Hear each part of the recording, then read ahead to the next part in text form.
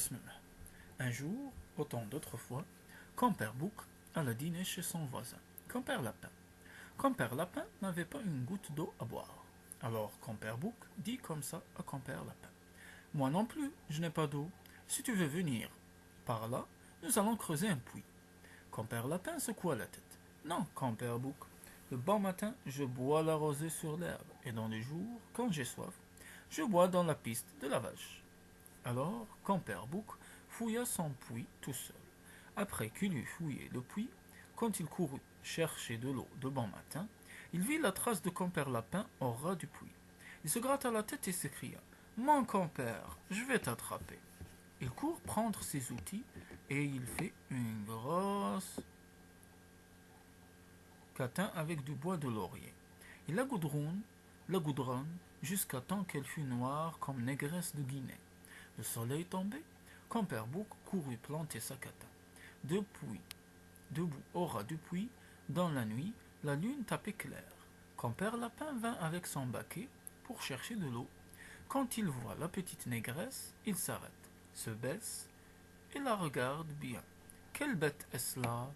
Il la hèle. Petite négresse, ne bouge pas, ne réponds pas. Compère Lapin avance un peu et la hèle encore. Petite négresse ne répond pas. Il prend courage, il s'avance au ras du puits. Quand il regarde dans le puits, petite négresse regarde aussi. Compère Lapin commence à être en colère. Petite, si tu regardes dans ce puits-là, je vais te sur la gueule. Il se baisse au ras du puits et il voit la petite fille le regarder. Il lève sa main droite et la lui envoie. Pan! Et sa main reste collée. Lâche-moi, petite négresse, ou bien je vais te sur les yeux avec l'autre main. Il la lui. Pim! La main gauche se colle aussi. Compère Lapin lève son pied droit. Petite négresse Congo, tu vois ce pied-là? Si je te le tu crois qu'un cheval t'a envoyé un coup de pied. Il le lui. Boum! Le pied se colle. Compère Lapin lève l'autre pied. Tu vois ce pied-là? Si je te l'envoie, tu croiras que c'est la pierre de tonnerre qui te cogne. Et le lui. Tom! Le pied se colle encore. Compère Lapin tenait bien sa catin. Sacré Guinée, j'ai déjà battu bien du monde avec mon front. Si je te cogne, je casse ta caboche en petits morceaux. Il assemble toute sa force, il cogne sa tête comme une masse. Ah ouais, elle se colle bien. Quand le soleil fut levé, Compère Bouc vint chercher son eau. Hé hé, Compère Lapin, que fais-tu là? Je croyais que tu m'avais dit que tu buvais la rosée sur l'herbe et l'eau dans la piste des vaches. Je vais te punir de me voler mon eau. Compère Bouc court dans le bois, ramasse un gros tas de branches sèches, il allume du feu, puis court chercher Compère Lapin pour le brûler.